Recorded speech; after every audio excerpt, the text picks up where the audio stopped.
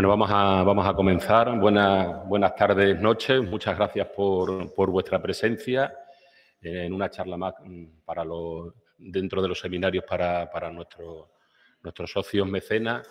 En este caso, con un tema tan interesante como es el abastecimiento de agua de la ciudad romana. No sé si era Frontino o Vitruvio, que decía que el agua era imprescindible para la vida. Pues, evidentemente, la existencia y la supervivencia en este caso de la ciudad de Mérida, pues lógicamente dependía muy mucho de ese abastecimiento de aguas, ¿no? Yo antes de pasaros a leer aquí un breve currículum de Santi, pues quiero evidentemente agradecerle a él y también a Diego, que es copartícipe de este trabajo. Lo que pasa que hoy no ha podido estar, pues lógicamente que nos ilustren mucho sobre esta cuestión. Ya sabéis que Santi no deja indiferente a nadie, o sea, pero eso ya luego ya lo dejaré a su criterio. Y como digo antes, lo importante es la charla que va a dar él. Yo brevemente voy a leer parte de su currículum. Bueno, Santiago Feijoo comenzó a trabajar en arqueología en el año 1985 y su trayectoria se ha dividido en 3 fases. Una primera estudiando iglesias y castillos medievales desde el siglo X hasta el siglo XV. A partir de 1990 hasta 1997 ha participado en varios equipos y proyectos de investigación cuyo denominador común ha sido la arqueología de la arquitectura, dentro del equipo que capitaneaba Luis Caballero del CSIC, con quien excavó y realizó los análisis de decenas de iglesias altomedievales, desde el siglo V hasta el siglo X, repartidas por toda la península, entre las que se encuentran las más emblemáticas como San Pedro de la Nave, en Zamora, Quintanilla de las Viñas en Burgos, Santa María de Melque en Toledo o San Juan de Baños en Palencia y otras muchas. Con este bagaje de más de 10 años estudiando edificios cuya cronología abarcaban desde el siglo V hasta el siglo XV, comenzó a trabajar en Mérida en 1997, donde continúa en la actualidad. Es un emeritense más o aljucenense, no sé cuál es el topónimo pero bueno, es de Mérida y de Aljuce, donde continúa en la actualidad y donde ha dirigido más de 40 intervenciones arqueológicas en nuestro solar urbano. Paralelamente desarrolla 2 líneas de investigación, una de ellas la ingeniería romana, especialmente en las obras relacionadas con el agua en sus múltiples usos, estudiando el acueducto de los Milagros o los embalses de Cornalvo y Proserpina. Y luego la segunda línea de investigación se centra en la época altomedieval islámica, dirigiendo junto con Miguel Alba, con el compañero Miguel, las intervenciones y los estudios en la Alcazaba islámica construida por Abderramán en el año 835. Esta especialización en técnicas constructivas de diferentes épocas y al manejar las poderosas herramientas del método estratigráfico le ha permitido tener una visión diacrónica de los edificios y plantear tesis como la de la cronología altomedieval de la presa de Proserpina aquí en Mérida. Bueno, le dejo a Santi, te agradezco tu presencia y todo vuestro.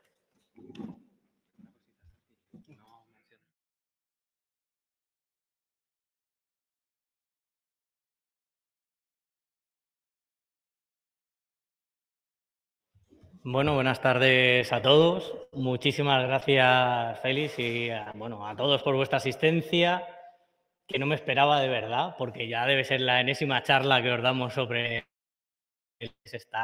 lo debía de saber todo mejor que yo. Aunque, también os pido disculpas por parte de mi compañero Diego, que eso está en un congreso en Cáceres y no ha podido asistir conmigo. Me ha dejado solo ante el peligro. Pero bueno, siempre, no me gusta repetirlas. La mayoría supongo que me habéis oído varias veces. Voy a intentar, aunque por supuesto voy a entrar en el tema del abastecimiento y dentro, intentando describir de manera general por qué digo lo que digo o decimos lo que decimos, pero no va a ser la charla habitual en donde se explique todo la teoría que hemos planteado ya hace casi 20 años de por qué los embalses, aquí hablamos, el título es un poco rimbombante, aunque el abastecimiento de agua a Mérida, vamos a hablar de él, por supuesto, pero en realidad no solo vamos a hablar del abastecimiento de agua a Mérida, sino del abastecimiento de agua en general en época romana a todo el área mediterránea, que sigue unas pautas comunes. Entonces, decimos lo de un insólito paradigma porque, como veréis, al final de la charla, pues es nuestra opinión, ¿no? Es insólito por cómo ha ido evolucionando todo lo que es la visión de la gente respecto al abastecimiento de agua en una ciudad, ¿no? Hoy en día vemos clarísimo, lo vemos de manera meridiana, este esquema de un embalse conectado con un acueducto y abasteciendo a una población, cualquier población, sea del tamaño que sea. Yo lo he compartido, yo lo he publicado, yo he sido de los que ha pensado que esto era algo absolutamente normal. Sin embargo, pues ahora pensamos que no es así. Esta asociación tan sistemática, de hecho es que prácticamente en cada publicación de todos los arqueólogos, ingenieros, todos los que trabajan en este tema, encuentra una villa y al lado hay una presa, es la presa que abastecía la villa. Es automático, ¿no? Es automático, pero realmente es que no siempre ha sido así. A ver. Esta conexión es más que dudosa. Nosotros llevamos eso, la verdad es que sin muchos medios, trabajando por la mañana en las excavaciones de Mérida, pero siempre sacando algún ratillo y consiguiendo hacer avances en la investigación de este tema. Por ello, ahora, por ejemplo, hemos intentado buscar cómo ha ido evolucionando lo que es la visión del abastecimiento a una ciudad. Entonces, algo de lo que estamos todos de acuerdo es en que los acueductos o los embalses es una solución a la escasez de agua. Ahora, ¿cómo funciona? Si fuera correcto que se construyeron estos embalses de manera sistemática para los acueductos, con la función de surtir de agua potable, que eso es muy importante, a las poblaciones en la antigüedad, promovidos, financiados y ejecutados como obra pública, que eso también es muy importante, entonces debería haber muchos datos que nos confirmaran esta cuestión. Debería haber, por supuesto, documentación escrita. Estamos hablando no solo de época romana. Ahora mismo estoy hablando de prácticamente 2.500 años. Vamos a poner desde los autores grecolatinos del siglo V a.C. hasta el siglo XIX, hasta comienzos del siglo XX. Es un arco cronológico enorme, es un arco cronológico que abarca muchos ámbitos físicos, mucho territorio, muchas personas diferentes, tipos de poblaciones en alto, en bajo, en llano, zonas lluviosas, zonas no lluviosas. O sea, es el arco cronológico y el marco físico es inconmensurable, ¿no? Sin embargo, por supuesto, si las presas se asociaran al abastecimiento de las ciudades, en todo este tiempo deberíamos de tener muchísima documentación, los arquitectos escritas, la literatura médica, los tratados de agricultura, la epigrafía, el registro arqueológico, los datos etnográficos deberían apoyarlo. Todo esto debería ir en consonancia. Si es un abastecimiento generalizado y público, sobre todo de obra pública, debería ir en consonancia con ello. Y, sin embargo, ¿qué nos encontramos? Pues, en primer lugar, lo que nos encontramos, vamos a empezar por los autores grecolatinos, cómo ha ido evolucionando el tema. Nosotros no encontramos ningún autor, ningún emperador, ningún arquitecto, ningún médico, ningún legislador, nadie en toda la antigüedad que defienda que se capte de un embalse. Y, sin embargo, encontramos lo contrario. Todos sistemáticamente no solo dicen que no se capte de un embalse, que es por activa, ¿no? También por pasiva, también te dicen de dónde tienes que captar, que es de los sitios pues, de manantiales, de arroyos de montaña. O sea, todos son meridianos claros y contundentes en este tema.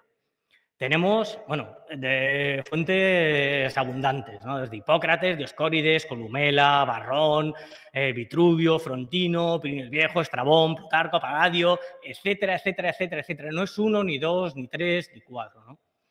Sino que son muchísimos.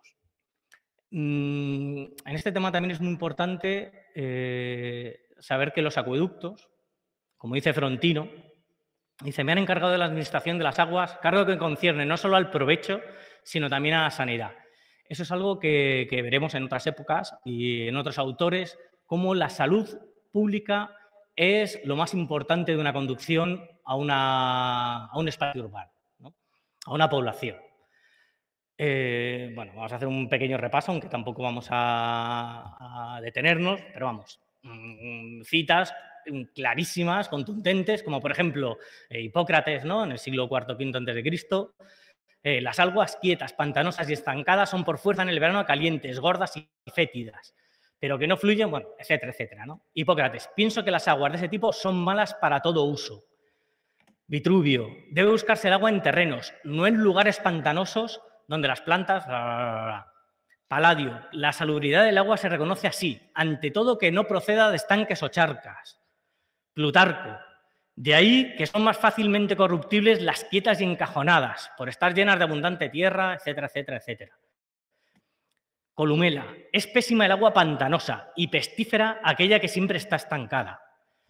Vitruvio, bueno, habla de eso, de cómo buscar el agua, ¿no? Dice, más si en cualquier otro sitio que no sea una laguna, se encontrasen estas plantas nacidas, se refiere a sauces, juncos, etcétera, etcétera, espontáneamente y sin haber sido sembradas, es allí donde se puede ir a buscar el agua.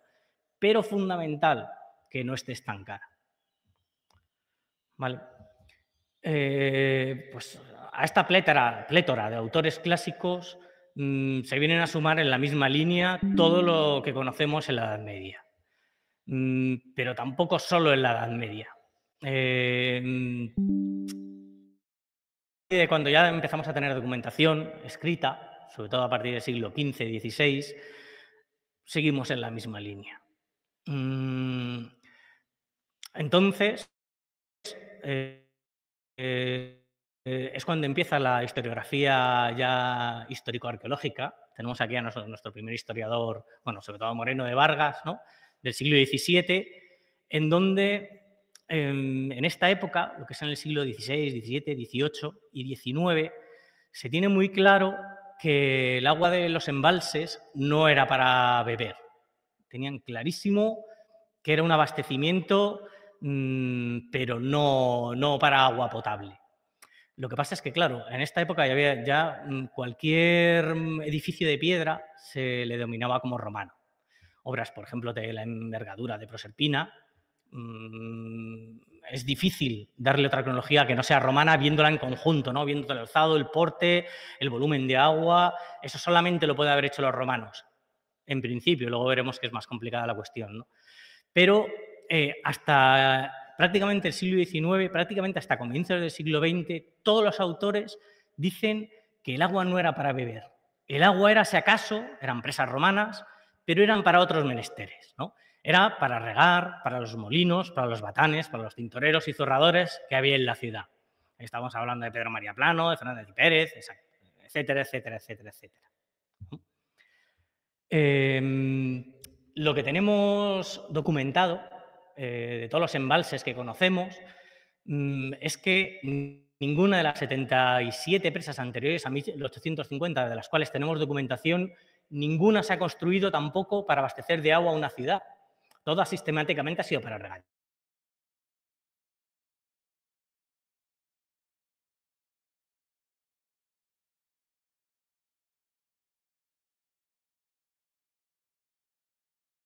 De cómo se abastecían las ciudades de manera tradicional, no solo ciudades, también pueblos, ¿no?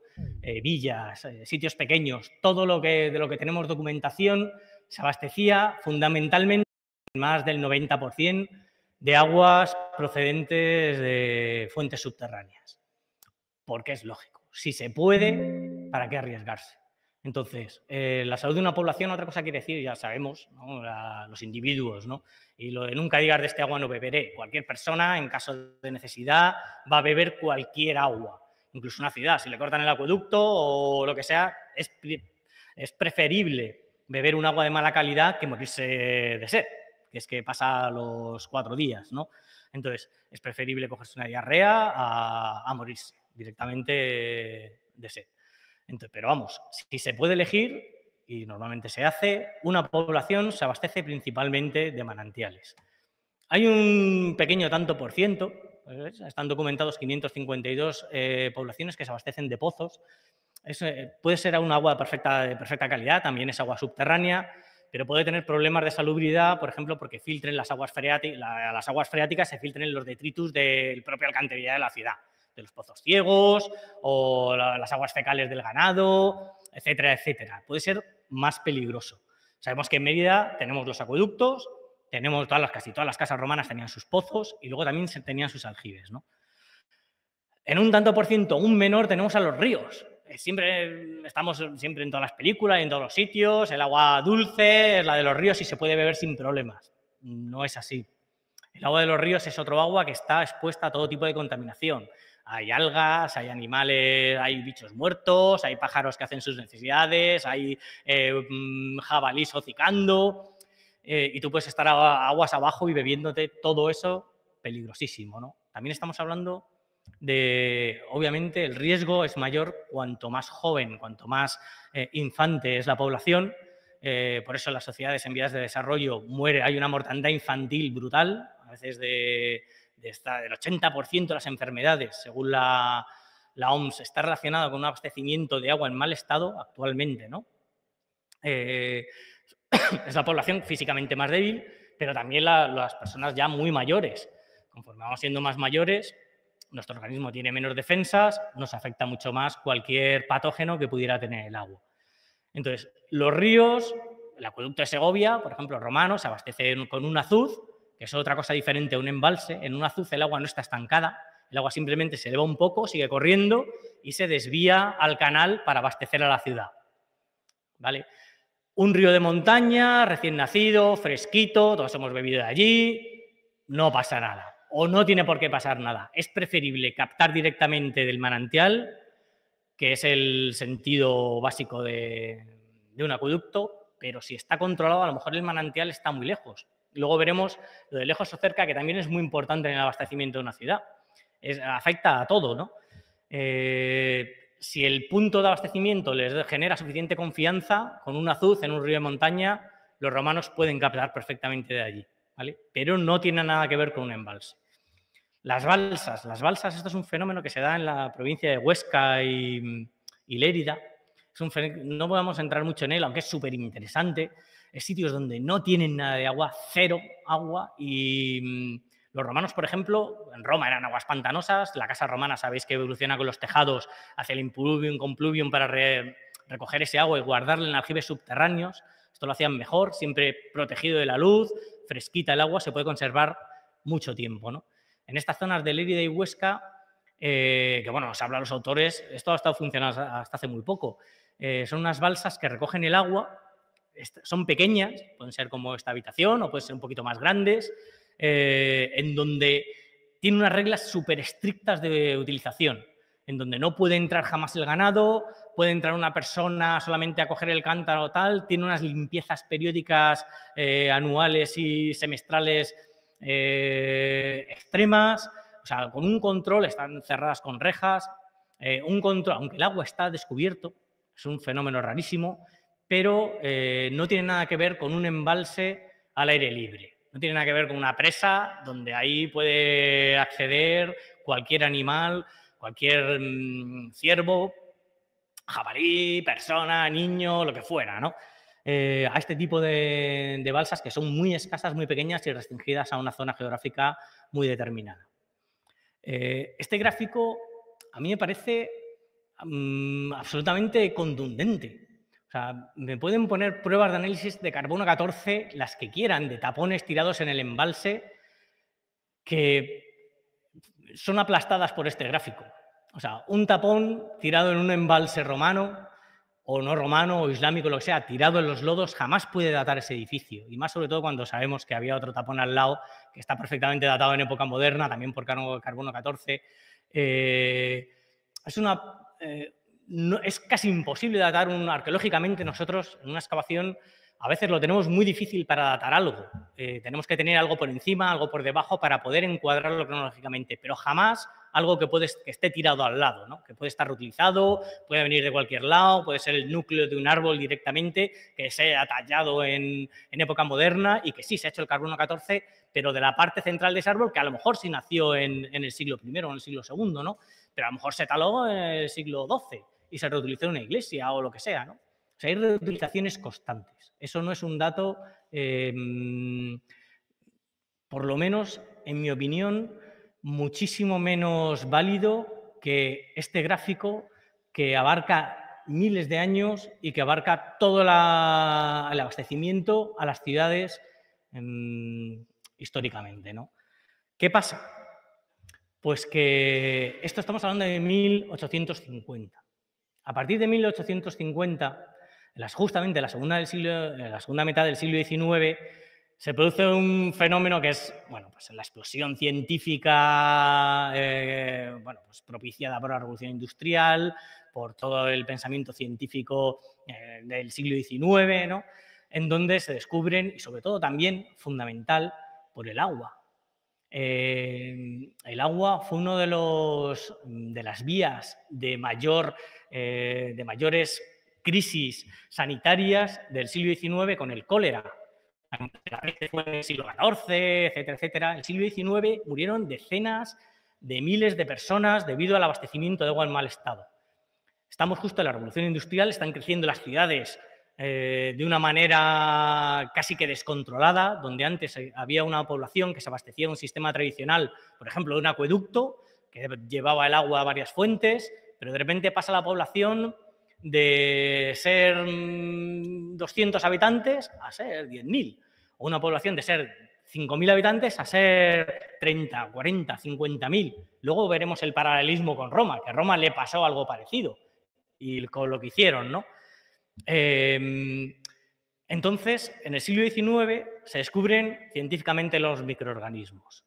¿Qué pasa? Que hasta prácticamente comienzos del siglo XX tenemos aquí a Maximiliano Macías, ¿no? Que ya en 1913 nos cuenta lo que piensa de los historiadores anteriores, ¿no? Es un poco fuerte porque él lo expresa así, porque él ve eso, no es como nosotros, que ya os explicaré por qué nosotros lo vemos de otra forma, ¿no? Pero él lo considera pueril y una fantasía pensar que se hicieran las colosales obras del embalse y el canal del Acueducto de los Milagros para aplicaciones tan secundarias. Él está hablando de los molinos, de los batanes, de todo eso. O sea, todos los historiadores modernos saben que ese agua no es para beber, lo saben, ciertamente, porque es imposible. Y no les cabe otra explicación que decir que es para mover molinos y badanes y tal. Maximiliano Macías da un paso más y dice, para molinos, batanes, hacer una obra tan colosal como el Acueducto de los Milagros, eso tampoco le cuadra. Eso tampoco le encajaba en absoluto. ¿Cuál es la única explicación que tiene para él? Pues que el agua de los embalses se haya corrompido con el paso de los siglos. Pero esa explicación tampoco se sostiene.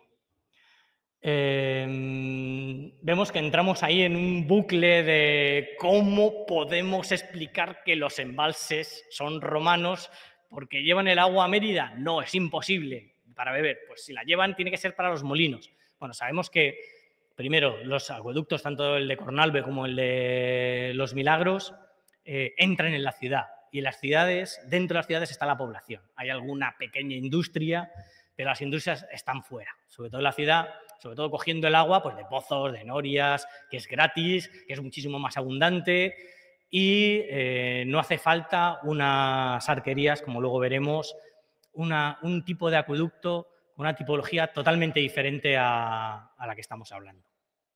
Esto es el sistema de abastecimiento a Mérida, como se conocía, bueno, pues hasta hace unos pocos años, se conocía el acueducto de Cornalbo, con el ramal del Borbollón y un canal supuesto alimentador. Los canales alimentadores no existen, bueno, tiene que ver con el embalse, ya lo veremos. Y otro gran acueducto, el de San Lázaro, tiene dos que llegan al cerro del San Albín, el de San Lázaro y el de Cornalbo, y otros dos que llegan al cerro del Calvario, el de las Abadías, que ese es nuevo, también con dos pequeñas captaciones, y el de los Milagros, que va hasta Proserpina. En los últimos trabajos que hicimos con Diego, con LIDAR, pues salieron a la luz otra serie de canales bastante más largos, porque la verdad es que era muy extraño que fueran tan cortos los acueductos emeritenses, comparándolo con otros del imperio, ¿no? La cuestión es que si una ciudad no tiene la suerte de disponer de algún punto, de algún manantial, por ejemplo, Cádiz tiene el Tempul, es un supermanantial que se van a 75 kilómetros, les compensa hacer un canal tan largo para coger de ese manantial solo, seguramente a lo mejor tiene alguna otra captación para llevar el agua a la ciudad. Aquí estamos en una zona con poco agua, ¿no? Entonces, ¿qué hace un romano? Pues si hay pocas fuentes, bueno, hay muchas fuentes, hay muchísimas fuentes, lo que pasa es que con poco caudal. Pues que eso es lo que explica justamente estas ramificaciones, toda esta red de canales para ir sumando diferentes captaciones para conseguir un caudal suficiente para abastecer a la ciudad. Entonces, tenemos pues directamente, bueno, yo creo que van a aparecer muchísimos más, van a aparecer muchas más captaciones, porque es que es prácticamente cada arroyo tiene un canal de captación. Empieza en el manantial de Casarrera, Balondo, sigue por el arroyo de las Arquitas, que tiene 3 captaciones, el siguiente es el acueducto de las Abadías, que capta del arroyo del Sapo, que ese antes de encontrarlo ya le había dicho yo a los de seguimiento que tuvieran cuidado al ver ese arroyo porque podía haber una captación. Luego el siguiente pues es el de Proserpina, pero es que tenemos bastantes más, hasta la Sierra Bermeja, tenemos otros bastantes arroyos que es muy probable que el acueducto continúe hacia arriba casi hasta el ramal del Borbollón. El ramal del Borbollón es muy raro porque digamos que va a coger el acueducto de Cornalvo, que ahora sí que hemos visto que se va casi hasta 75 kilómetros de canal, se va hasta el término municipal de Alcuéscar, a la fuente de la Boca de la Tabla. Y bueno, es un acueducto típico, prototípico de abastecimiento de agua potable. ¿Vale? Que eso es fundamental, porque tenemos aquí un problema de, bueno, vamos a continuar. ¿Qué pasa en Roma? En Roma también tienen poca agua, también es una ciudad que crece, se supone que hasta casi el 1.000.000 de habitantes, abastecer a todo ese volumen de personas, pues necesita de una red de ingeniería espectacular, ¿no? Son todos los acueductos que tiene la ciudad y, sin embargo, ¿qué es lo que hacen en Roma? No captan jamás de un embalse para abastecerla. ¿Qué es lo que se hace? Pues si necesitas agua, haces un acueducto hasta una fuente. Si necesitas más agua, no haces un embalse. Haces otro acueducto hasta otra fuente.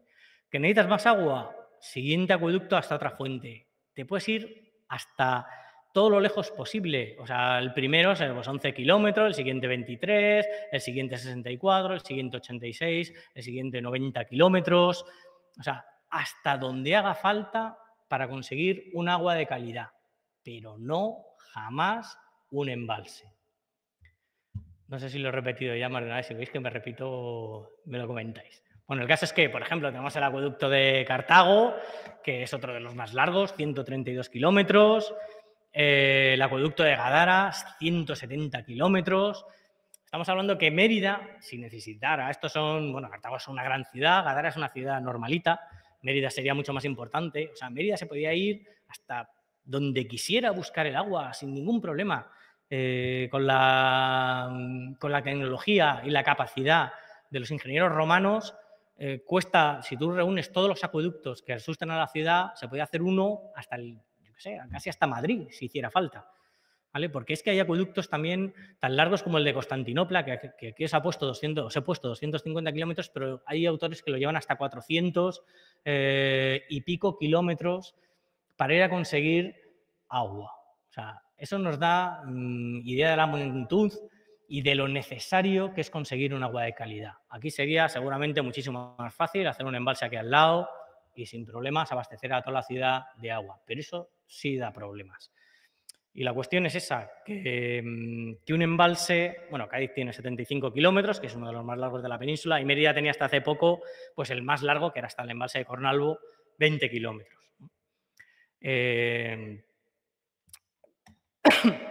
La cuestión es esa, que si se necesita agua, el último, y además lo hemos visto también históricamente, ¿no? Con todo lo que pasa en época moderna, la última solución que se tomaría es construir un embalse. Y así tantas veces como hiciera falta. Lo que hacían los romanos no era almacenar en la captación, era almacenar ya al final de la captación, dentro de la ciudad, que además es lo lógico. Captas, repartes el agua por la ciudad, el sobrante, pues por ejemplo, durante las noches, que no se consumiría prácticamente nada, pues se llevó una cisterna. Hay cisternas impresionantes ahí en Constantinopla, por ejemplo, o esta que es la que está ahí bueno, la que abastecía la flota del Miseno, ¿no? La piscina Mirabilis, una super cisterna en donde se guardaba, ahí sí que se guardaba dentro de la ciudad, a salvo, a oscuras y bien conservada de la contaminación, pues en caso de que se cortara el acueducto, para el abastecimiento de toda la población, cualquier uso urbano, ¿no? Aquí sí, en Mérida me encantaría, yo creo que tiene que haber dos, tendría que haber una para cada cerro, una en el Calvario y otra en perdonar, exacto. Algún día ojalá las encontremos. A ver si hay suerte. Pero tendrían que ser también, a lo mejor no del tamaño de esta, pero podrían ser espectaculares. La cuestión, como decía Maximiliano Macías, ¿por qué este acueducto no está hecho para abastecer él decía que eran pues eso, cosas absolutamente indignas, ¿no?, de un acueducto de este tipo? El acueducto de los Milagros es probablemente en la península, que no me digan los segovianos, pero es espectacular. Para mí es la obra de ingeniería number one, top, que se dice ahora, de la ingeniería romana. Esto es un Ferrari de Fórmula 1 con técnicas constructivas espectaculares, con todo tipo de recursos, para conseguir que la obra sea eterna. Aquí sí que están haciendo un acto evergético, ¿no? Aquí está vendiéndose el emperador que lo hiciera, no lo sabemos todavía, está vendiendo justamente su proyecto para la ciudad. No solo para esta, que esto pasaría con todas, ¿no? Pero esto justamente pasa la Vía de la Plata al lado, está al lado de la ciudad, esto se vería desde cualquier lado. Esto sí que es una cuestión de prestigio. Aquí está echando el resto con una construcción exquisita y bella, bellísima, de lo que es una obra de ingeniería, ¿no? Arriba, por supuesto, esto es todo el canal, o sea, las arquerías es un 1% de lo que es todo el acueducto, ¿no? Está todo el canal subterráneo, que luego veremos cómo es, pero aquí el emperador está vendiendo al pueblo justamente el darle la calidad, la sanidad, la calidad de vida, que es cotidianamente el perder el miedo a abastecerse de agua. O sea, eso ahora mismo lo tenemos todos como absolutamente, yo qué sé, abrimos un grifo y bebemos agua y para todos es normal, no pasa nada, pero en la antigüedad no era así.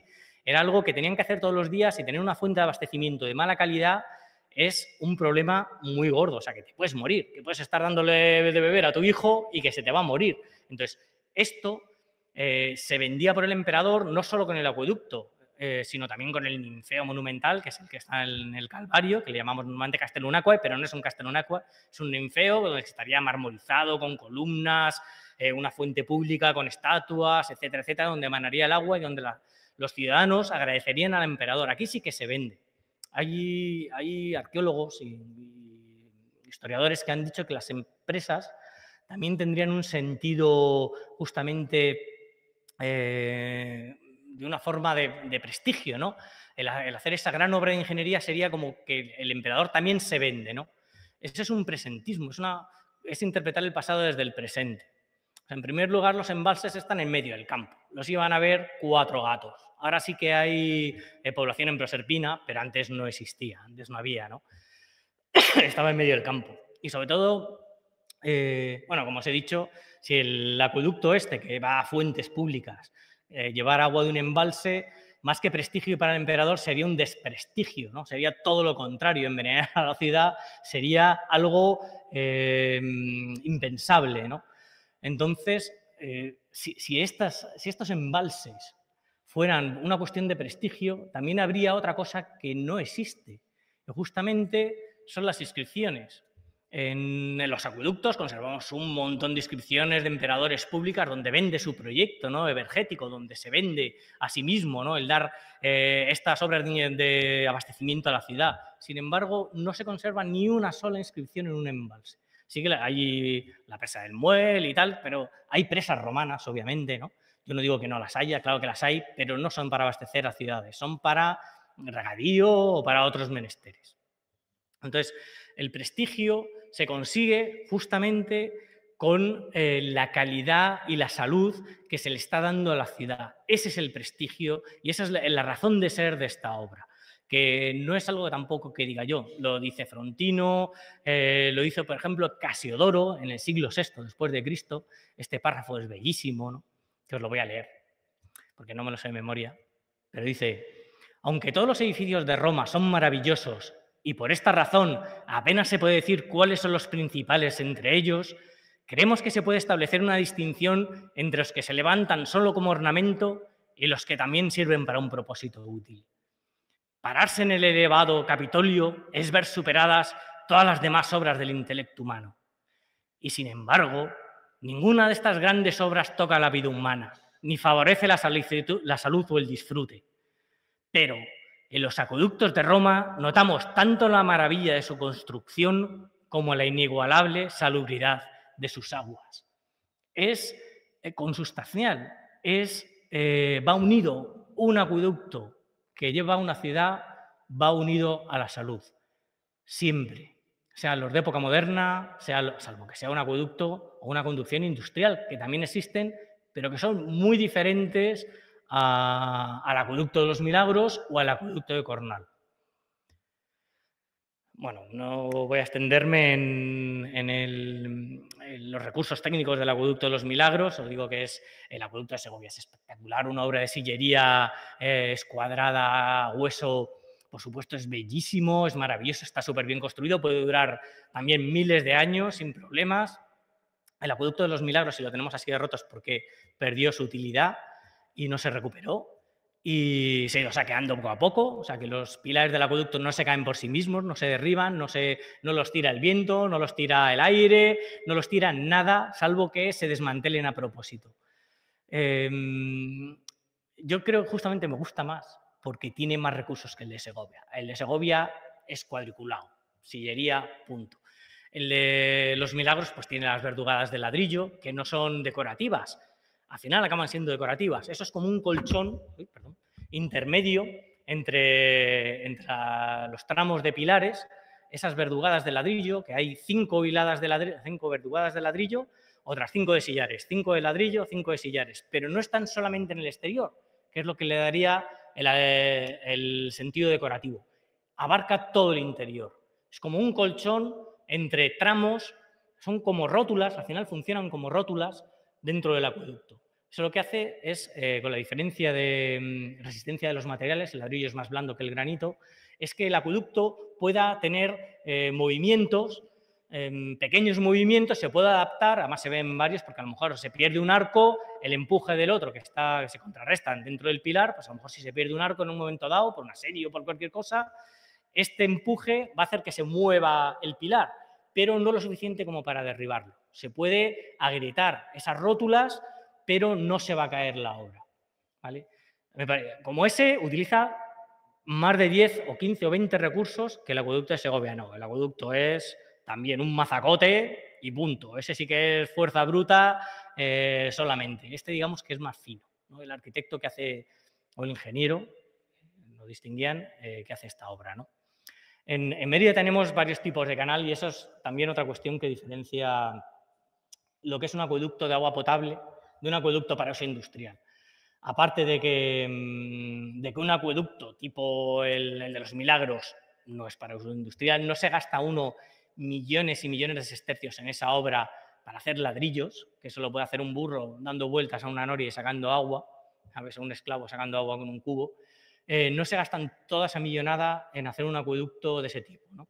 Entonces, los canales que tenemos en Mérida, como tenemos tanto acueducto, tenemos todas las tipologías de canales y más, ¿no? Tenemos uno que es bueno, puede ser así cuadrado, puede ser en tubería, que está sobre tierra, que así son los acueductos nuevos que se han descubierto, el que llega hasta la fuente de la Boca de la Tabla, o el otro que parte del centro de Cornalvo, de la fuente de Cerro Verde, y que seguramente vaya a conectar con el acueducto de los Milagros. Luego veremos por qué. Esto seguramente sean en los inicios de los acueductos que está captando de un manantial lejano, no trae mucho caudal, con lo cual no hace falta hacer un canal muy grande. Simplemente a lo mejor un pequeño canal, puede ser incluso de 20 por 20 o incluso con tuberías, es suficiente para llevar ese agua que luego irán sumando de otras pequeñas captaciones hasta conseguir un canal un poquito más grande. Lo suyo es que vaya subterráneo para que el suelo funcione como aislamiento térmico. O sea, el sentido de un acueducto, de una conducción de agua, es que el agua tenga la misma calidad bueno, tiene varios sentidos. Una, que tenga la misma calidad desde el punto de captación a la ciudad. O sea, que si yo lo capto con buena calidad, tiene que llegar a la ciudad con la misma. Luego, otro precioso es que directamente lo que están consiguiendo es transportar el manantial a la ciudad. O sea, el acueducto, bueno, sí, existe, ¿no? Pero realmente tienes ya el manantial dentro. Por eso también hacen los ninfeos dentro de la ciudad. Lo que están haciendo es llevarse a los dioses de ese pequeño manantial, las ninfas, se los traen a la ciudad, que ya es donde vuelve a salir. O sea, el agua va por bajo tierra, mana en un punto fuera de la ciudad, los romanos enchufan y ya no van allí, ya mana dentro de la ciudad, el manantial ya está ahí, ¿no? Con sus ninfas respectivas. Por eso el acueducto siempre, eso de traerlo con la máxima calidad o con la misma con la que se capta, es fundamental que un acueducto de agua potable sea subterráneo y abovedado, para que no le entre ningún tipo de contaminación.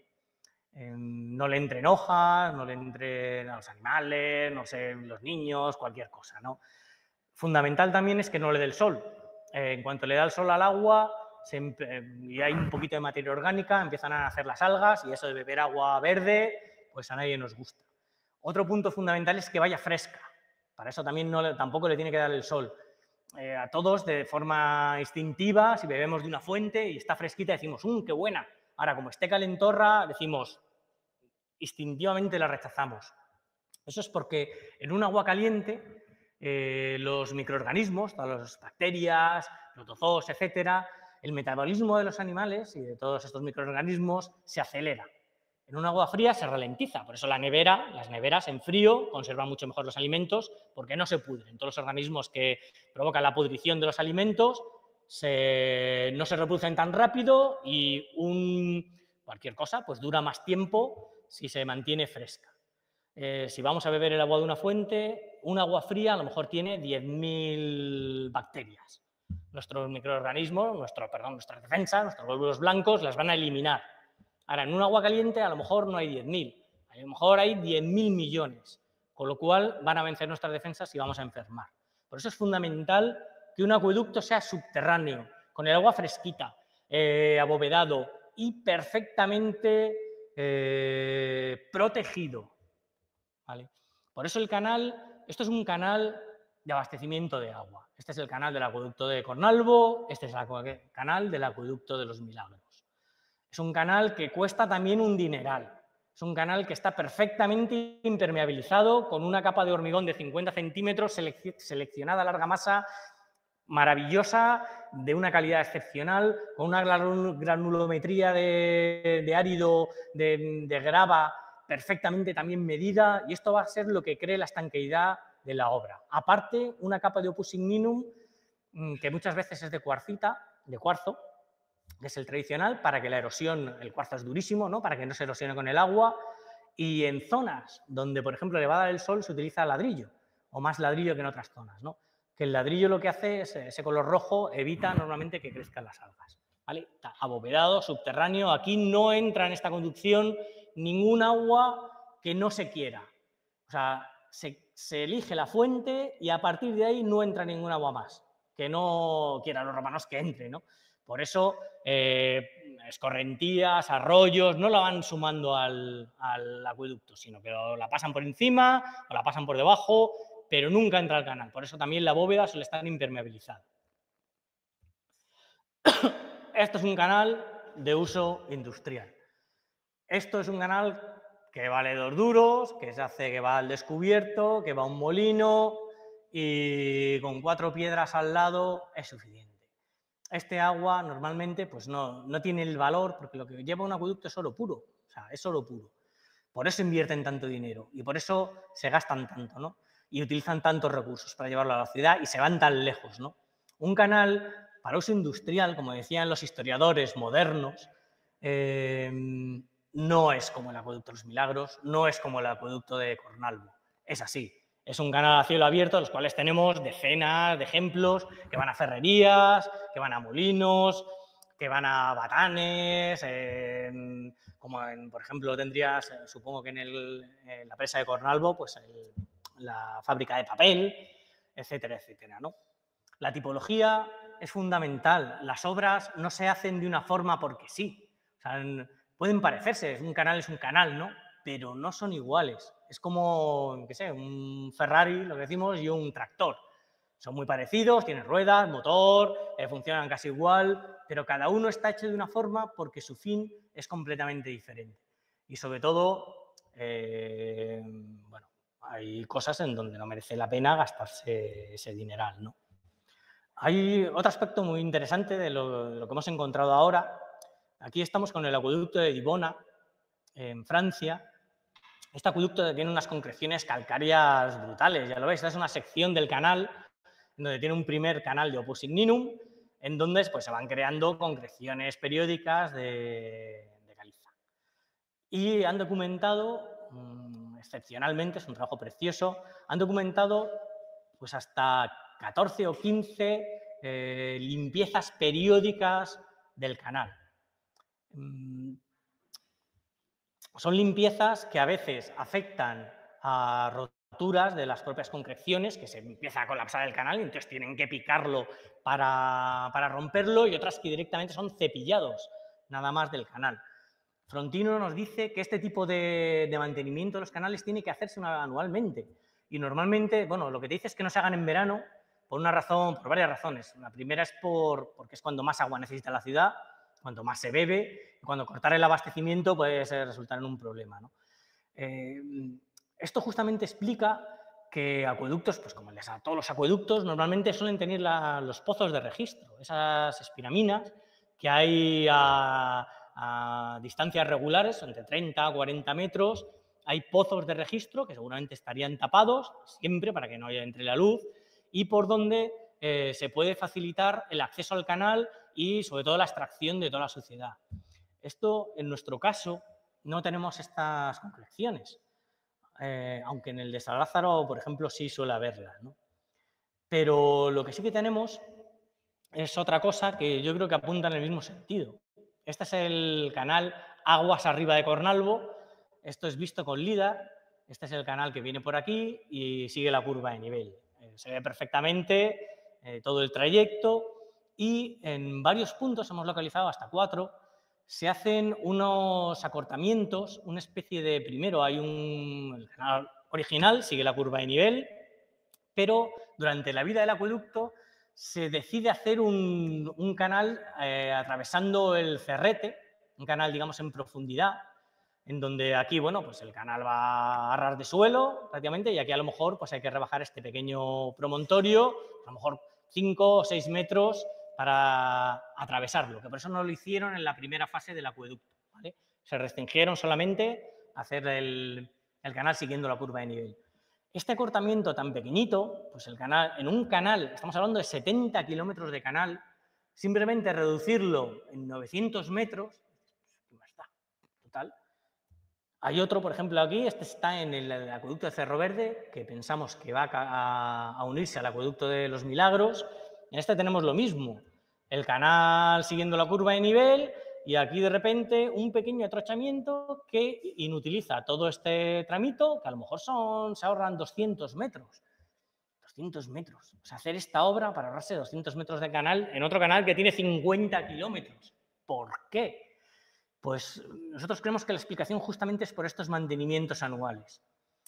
Parece que en un principio no tiene sentido quitarle 200 metros o quitarle 900 metros a un canal, pero otra cosa es si tienes todos los años que cepillar 900 metros.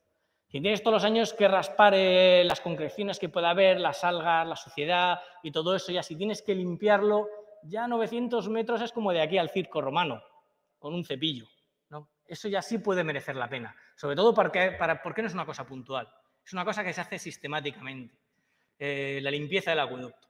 Todo esto tampoco tiene sentido si es para hacer ladrillos, ¿no? Para hacer los ladrillos les da igual la suciedad, les da igual todo esto.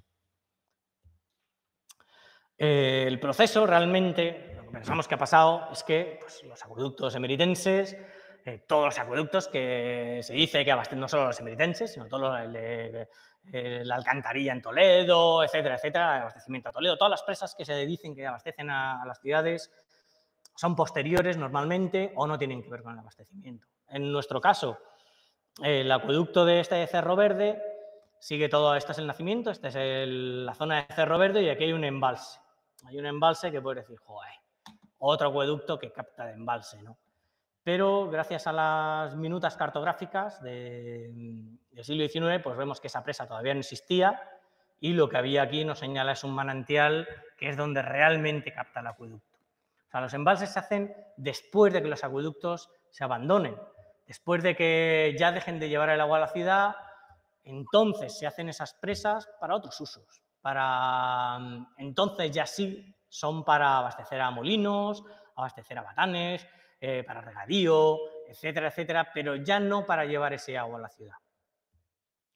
En el caso de Proserpina, claro, yo fui viendo el acueducto de los Milagros cuando saltó la chispa, ¿no? Dije, este acueducto, esta obra de ingeniería no puede ser para captar de un embalse. Entonces, claro, pues fuimos al embalse, fuimos a verlo y el embalse pues tiene, en principio se ven 4 etapas constructivas bastante diferentes. Una la parte baja, otra aquí con un módulo de sillería bastante más pequeño, otra aquí con un módulo de sillería perfectamente escuadrado, incluso con los agujeros para la grúa, ¿no? Las gafas, y otro aquí arriba también muy pequeño, también muy parecido a esta segunda etapa, ¿no? Entonces, el acueducto está a esta altura, más o menos entre un poquito más arriba de la segunda etapa de la presa. En un primer momento, la verdad, bueno, esto está debajo del agua normalmente, es muy difícil de estudiar, tenemos que hacer la base de fotos, con lo cual las conclusiones son cogidas por los pelos.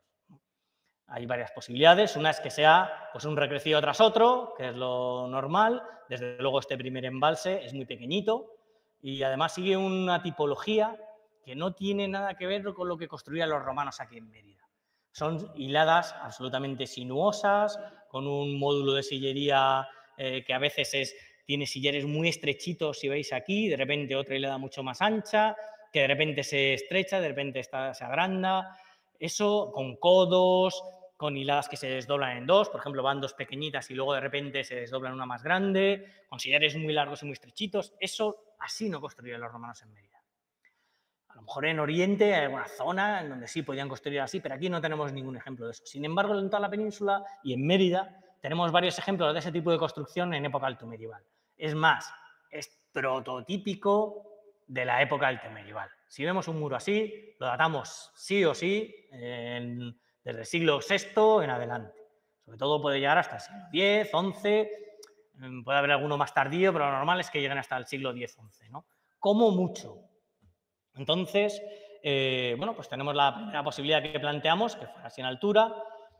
Un recrecimiento, pues la primera presa, la segunda presa, luego también, Proserpina siempre se ha visto como algo monolítico, luego también el espaldón de tierras, pensamos que pueden ser también obras posteriores, incluso ya del siglo XVI y del XVII, apoyando el gran muro, ¿no? Porque ya cada vez va teniendo más agua, va necesitando contrastar mucho más el empuje de todo ese volumen embalsado, con lo cual simplemente, pues a base de fuerza bruta, echando tierra en el espaldón del embalse, se consigue, ¿no? Pero a lo mejor estamos hablando ya de época moderna, sin problemas. O sea que el embalse no es un monolito construido así, ¿no?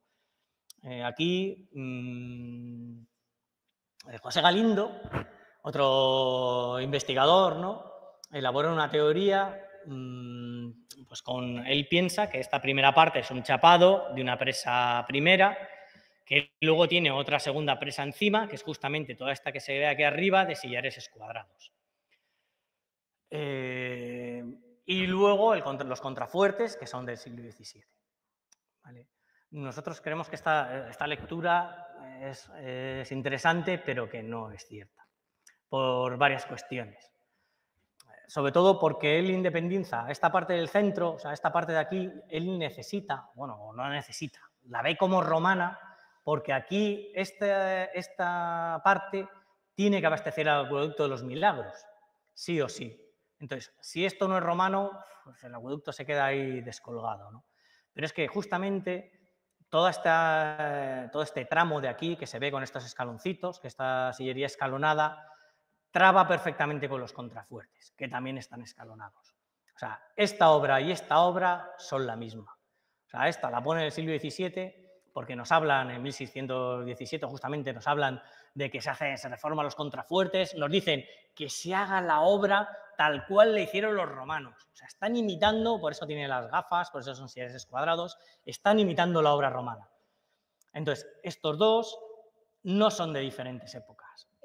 El contrafuerte y el muro traban a la perfección, mantienen el mismo acabado los sillares, cuando el mismo color, la misma modulación, la misma altura de hiladas, los mismos ripios, los mismos agujeritos. O sea, cuando todo concuerda es que son coetáneos, es que se hacen a la vez. Por ejemplo, veis aquí la segunda etapa. Estos son sillares mucho más pequeñitos, que no tienen nada que ver con esto, ¿vale? Aquí sí que se ve que esto es una etapa en donde cambia el módulo, cambia el color, cambia el acabado del sillar, cambia todo. Sin embargo, aquí está clarísimo que los dos son lo mismo. Estos contrafuertes, como os decía, lo tenemos datado sobre todo por la documentación, pero también los tenemos datado porque tienen marcas de cantero. Casualmente, estas marcas de cantero, además, eso lo conocemos, se conoce poco, nos lo dijo José Galindo, las documentó Miguel Arenillas en las fotos que hizo cuando se vació el embalse. Tiene unas letras capitales espectaculares que, bueno, son típicas de comienzos del siglo XVII.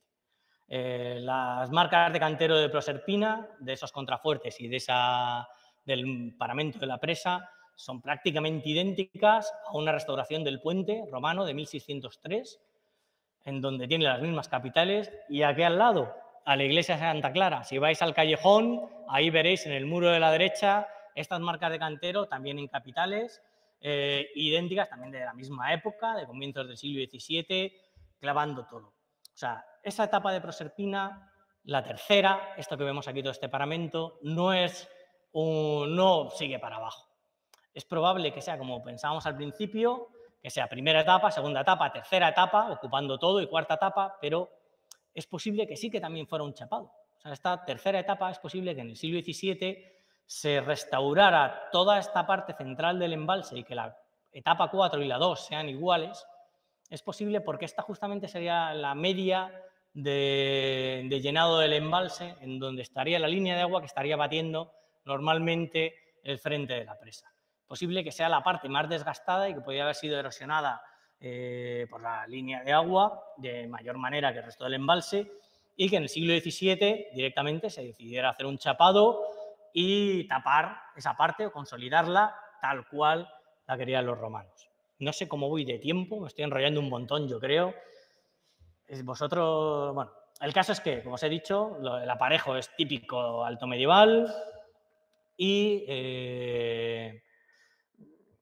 tenemos la captación. Bueno, Maximiliano Macías vio en Cornalvo, vio claramente que era una segunda etapa, que estaba apoyando sobre el canal que iba por debajo del embalse, y obviamente él veía que era una etapa anterior, todo el canal, que tiene que ver con todo este que viene hasta aquí arriba. O sea, esto no es un canal alimentador del embalse, esto es un canal en toda regla, pues con espiraminas, con zona subterránea, en canal abovedado, etcétera, etcétera, que no tiene sentido que capte de una fuente a 30 kilómetros, lo lleve todo cuidado del agua hasta aquí de manera extraordinaria para luego soltarle el embalse. ¿Para qué? Para que se contamine, para luego volverla a coger después. Eso no es un canal alimentador. Eso se hace después. Después hay un canal, que es este amarillo, hay otro amarillo aquí por encima del canal romano, que ese sí que se hace después para llevar agua al embalse, pero eso ya va del descubierto y ya va a llevar agua al embalse, pues para que sí, para que se llene.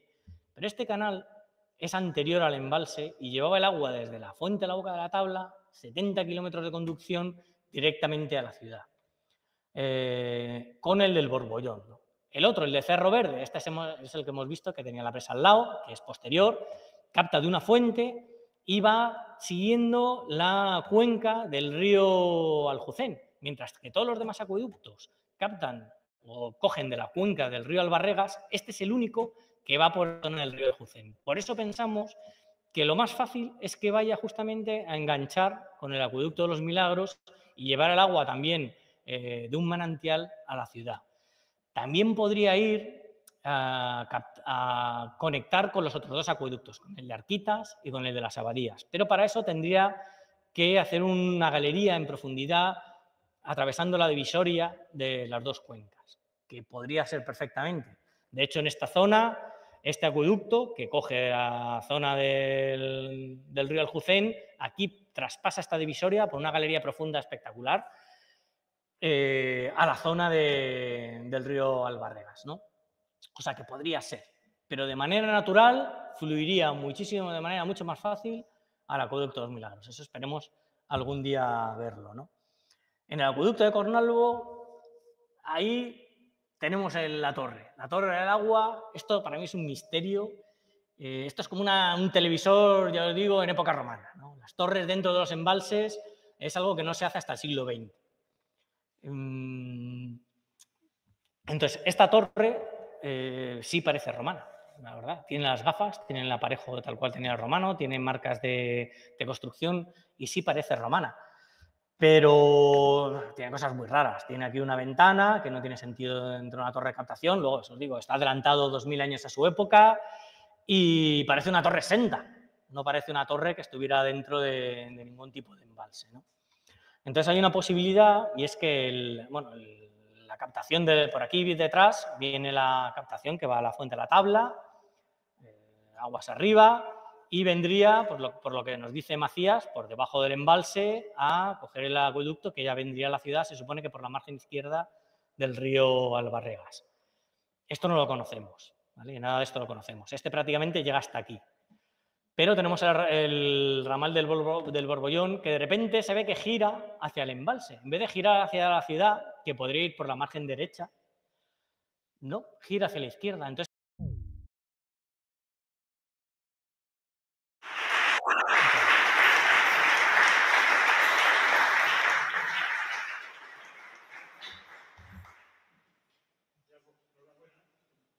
gracias. Muchas gracias, Chema. Y la teoría que tiene de los enlaces. Yo es que me tengo que ir porque... No te preocupes. Muchísimas gracias por venir. Buen descubrimiento. Hasta luego.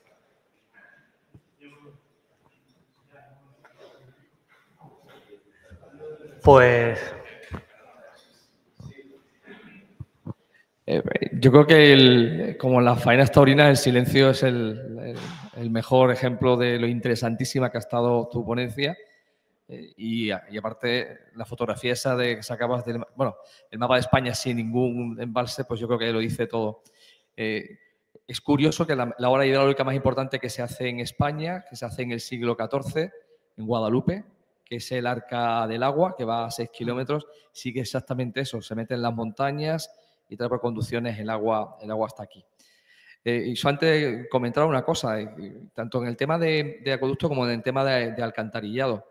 Hay una Mérida oculta bajo tierra que había una posibilidad de visitarse, es decir, hay tramos que tienen una altura suficiente como para ser visitados, porque me parece que son fascinantes, son creo que un recurso, digamos, patrimonial y turístico de primerísimo nivel. Ese es el comentario. Con respecto al alcantarillado, yo creo que no hay ninguna parte que tenga la suficiente altura como para que fuera fácilmente accesible. Yo creo que no. Además, en parte ha estado utilizado también y algunos se sigue utilizando, o sea que tampoco es un recorrido muy agradable en el que pueda estar en uso, ¿no?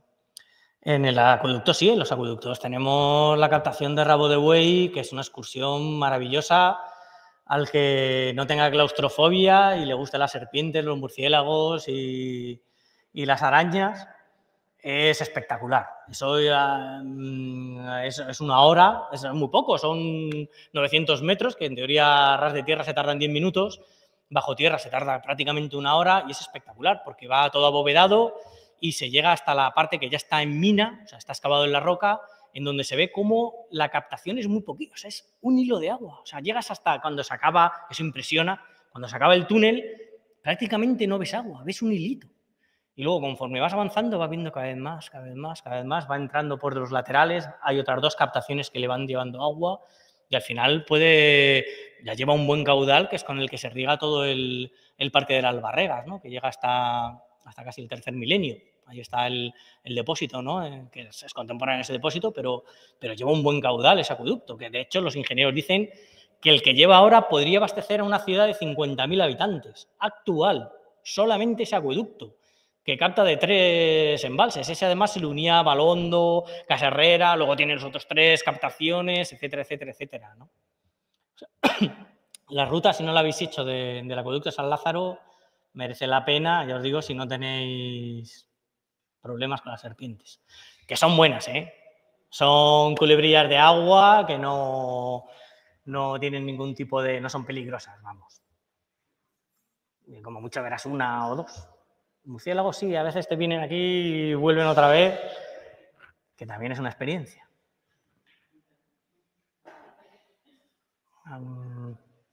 ¿Alguna pregunta más? No me digas que no tenéis ninguna pregunta, si no...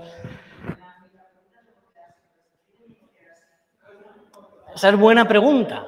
Fíjate, pues yo creo que no nos hemos quedado sin ellas, es todo lo contrario. O sea, lo que no son es romanas, pero a mí me parece, la verdad... romana. Me parece muchísimo más impresionante los romanos, que tenemos 100.000 obras romanas que hay por toda la ciudad espectaculares, ¿no? Y Proserpina es una obra espectacular que si está hecha en el siglo VI, VII, VIII, IX, X, no lo sé, es más espectacular aún. O sea, es como si el niño tonto, digamos, hiciera una obra como esa, la Edad Media, la Edad Oscura. ¿Cómo consiguen hacer esa pedazo de embalse, no? Eso lo que nos está diciendo es justamente que no es tan oscura. Y además en Mérida tenemos aquí los palacios emirales, tenemos la Alcazaba, tenemos obras altomedievales espectaculares, que es una riqueza más a la vida de la ciudad, ¿no? La diacronía de Mérida. Mérida no solo nos tenemos que quedar con los romanos. O sea, aquí ya viene la gente a ver a los romanos, pero lo altomedieval también viene mucha gente. A lo mejor de Alemania vamos a conseguir otros turistas. Y justamente el ver la evolución de un edificio, a mí me parece que le aporta mucha más riqueza histórica, que no que sea, ¡pum!, monolítico, romano y está, que también sería espectacular, ¿no? Pero esa evolución es justamente lo que nos caracteriza como ciudad y como históricamente, ¿no? Entonces, sí, romana... ¿Cómo, perdón? Yo me costó, sí, yo lo he publicado como romano, desde luego, pero es que... y no me importaría que fuera romana, o sea, a mí me encantaría convencerme. Pero es que cuanto más estudio, cuanto más avanzo, más veo que todo encaja, ¿no? Aquí antes teníamos acueductos pequeñitos y ahora resulta que nos vamos a 70 kilómetros a buscar el agua, ¿no? Que eso tiene que ver justamente con la idea de no hago un embalse aquí al lado, sino que me voy a buscar el agua potable donde haga falta, ¿no? Todo, la literatura, la historia, todo apunta en la misma dirección. Me puedo equivocar, nos podemos equivocar, pero yo todavía no he encontrado ningún dato, ninguna de las pruebas. Lo de la inscripción de Proserpina, eso es que es absolutamente descartable, ¿no? Es una inscripción que ya se sabe que la presa cogió el nombre de Proserpina en el siglo XIX porque se encontró reutilizada en el lavadero de lanas de abajo, ¿no? Como hay ladrillos visigodos reutilizados, como hay mucho más material que se lo llevan de Mérida. En Mérida ya han salido varias inscripciones dedicadas a Atadecina, o sea que el templo de Atadecina estaría seguramente en la ciudad, además cerca del Cerro del Calvario. En fin, que las pruebas de la romanidad para mí son tan endebles arqueológicamente que no se sostienen. En cambio, el resto me parece súper contundente. Pero eso ya es una cuestión del corazoncito de cada uno. Yo le entiendo que Proserpina es Proserpina, ¿no? Y duele. Y además esto es que no pasa nada, es una cuestión de años. Ya llevamos 20 años y seguramente yo me moriré y la Wikipedia seguirá poniendo que es romana. ningún problema. O sea, yo no quiero convencer a nadie, simplemente pues investigar sobre el tema y ver qué es lo que casa mejor con un marco teórico. O sea, antes teníamos un marco teórico que resulta que no encaja nada. Y ahora tenemos otro marco teórico donde parece que las piezas encajan mejor, ¿no? Pues a lo mejor dentro de eso ha pasado en la ciencia, en la historia de la ciencia siempre haremos. Todavía hay gente que piensa que la Tierra es plana, ¿no? Ya han pasado ya también unos cuantos mil desde, ¿no? ¿Quién fue el que dijo que la Tierra ya era redonda? El del obelisco de Alejandría. Bueno, ¿alguna pregunta más? Me parece que no funciona lo del streaming, o sea, que no sé si no hay preguntas online. Yo por mí mejor, así no me graban las burradas que os digo.